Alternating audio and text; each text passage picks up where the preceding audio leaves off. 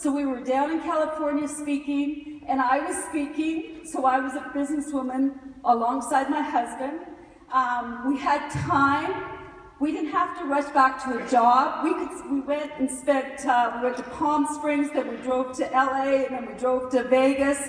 You know, we did all this kind of traveling with the kids. We were with our family. I wanted a business that I could travel with my family. I wanted to be with my kids. So we had all the kids with us. We had the freedom, and then we were traveling. And I'm thinking, oh my goodness, what other business gives you all of that? What other business? And you know, some of you guys are maybe thinking, well, I don't want to travel with my kids. Well then, you know, you do what you want to do. But it gave us everything.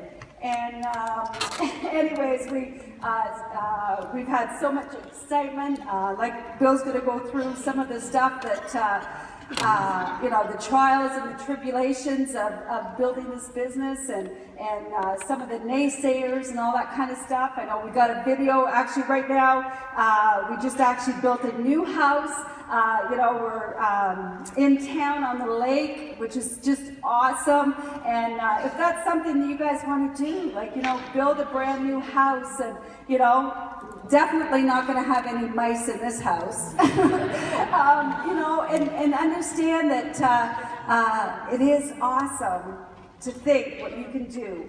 And dream big, you know. I think the biggest thing too is that you have to have a dream that drives you, or a reality that scares you. And I think maybe that was Bill and I, is that we had a reality that scared us. We didn't know what needs Jenna was going to have. We didn't know what we were going to do if I had to go back to work. Who was going to babysit? You know, how could I go back to work with a special needs child? So, you know, I guess I just, we started to understand that we had to do something for our future. And this business is just so awesome. You know, just everything about it is just so awesome. Your leadership, you know, we had the best coaches out there, you know, and it's just getting it done. I know Bill's right there behind us, and he's going to finish up, wrap up, and tell you his version of the story, but just can't wait. We have a video at the end that we're going to show you just about some of the stuff that we've been able to accomplish, and some, you know, pictures of the kids and all that kind of stuff. So anyways, here's Bill.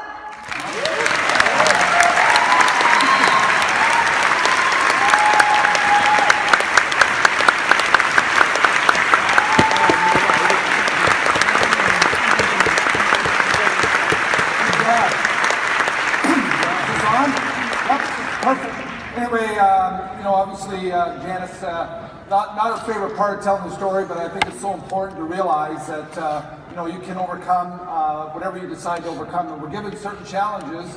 I know many times, I think we had we registered some people, and in depth, one of Morgan's teachers got involved in the business, and you know, he told us about Morgan writing an essay or a story about you know, our family and our kids, and you know, how Jenna impacted our family and our lives, and you know, we can overcome. And I guess my story, as many of you know, and as Jannis mentioned, I came from a farming background. I was raised on a dairy farm. I'm the oldest of 6 kids, so you know, a lot of responsibility. You know, to do things. I think on a farm or any small business, you know, you pitch in. I think for me, you know, by the time you're able to walk, you're able to work. You're running your dad something, a wrench or something to drink or whatever. And Paul explains why my brother didn't walk till he was about 12. But that's a seminar for another time. But we, you know, we learned a work ethic, and I'm not ashamed of that.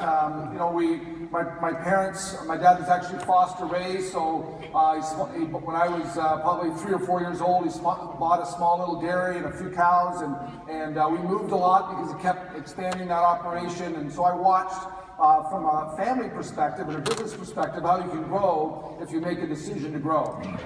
From there, Jannis and I got married. I think, you know, obviously, background in sports, and went to college, like I mentioned, when I came out here, and I think that was just a couple of years away from the farm, and I got a degree in drinking. with a side major in drinking.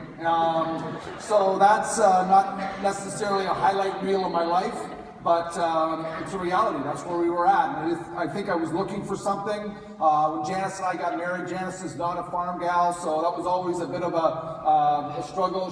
She didn't mind the lifestyle, but when you're in a dairy, it's 24/7, 365 days a year, and that's just not the world she came from. Both of her parents were 9-to-5 type workers, and weeks off in the summer and holidays, and so it was a bit difficult to wrap her head around that. So let's change professions. So I went from that into construction.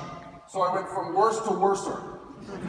Because construction was no different. I mean, you're constantly busy, you're constantly, working extra hours, but it was something that was instrumental, I think, in building this business, because I went to a completely different profession that I knew nothing about, and I embraced it.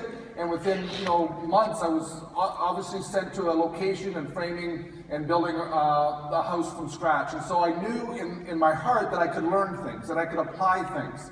And not to know what was happening down the road, but as I get in the business, and I think many of us don't, bring from our past some of the victories that we have. We focus too much on the I guess the battles that we've been given, not on the victories. And that victory of learning something completely different was instrumental when the Amway business was shown to us. And so, like Jannis mentioned, we got introduced to the business, and as she said, I didn't want anything to do with it, and I don't even think she wanted me to have anything to do with it.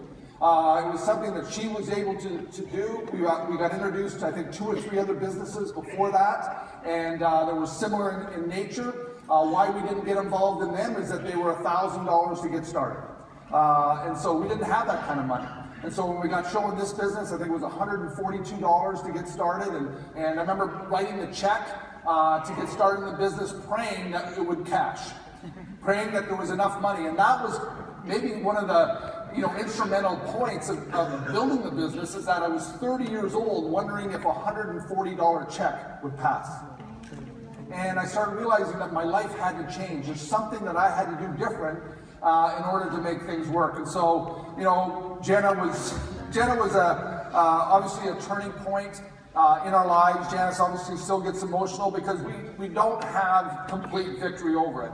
Many of you that if you watch our Facebook, Jenna actually I think has been threatened by Zuckerberg a couple of times for too many posts on Facebook. So if you follow Jenna or know her daughter, that's one of the things that she is good at, is posting on Facebook.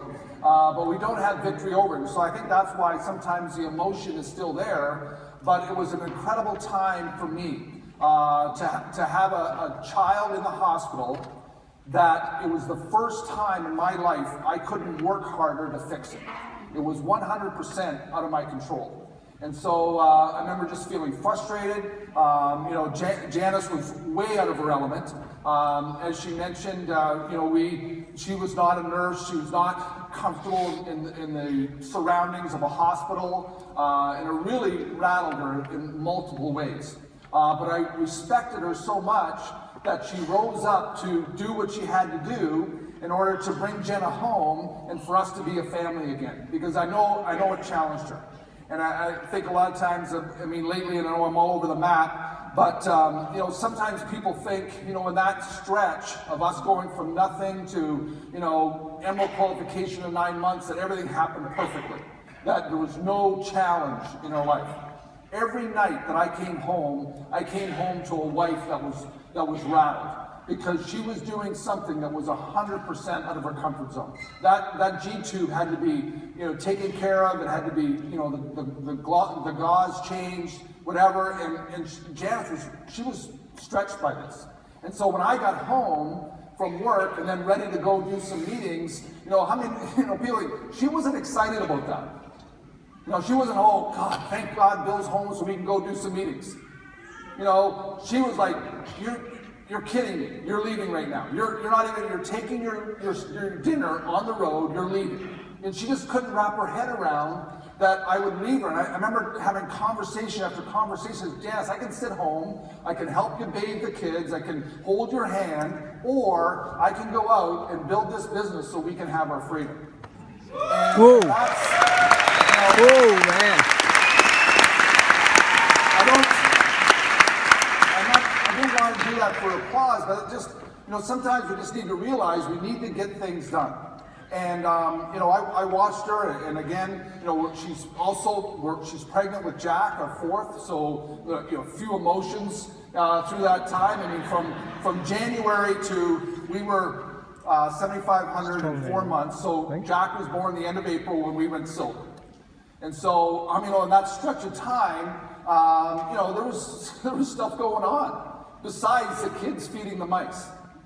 Okay, there was stuff going on, and again, when you tell that story, it really doesn't make me proud as a provider, leaving a stable home for my family.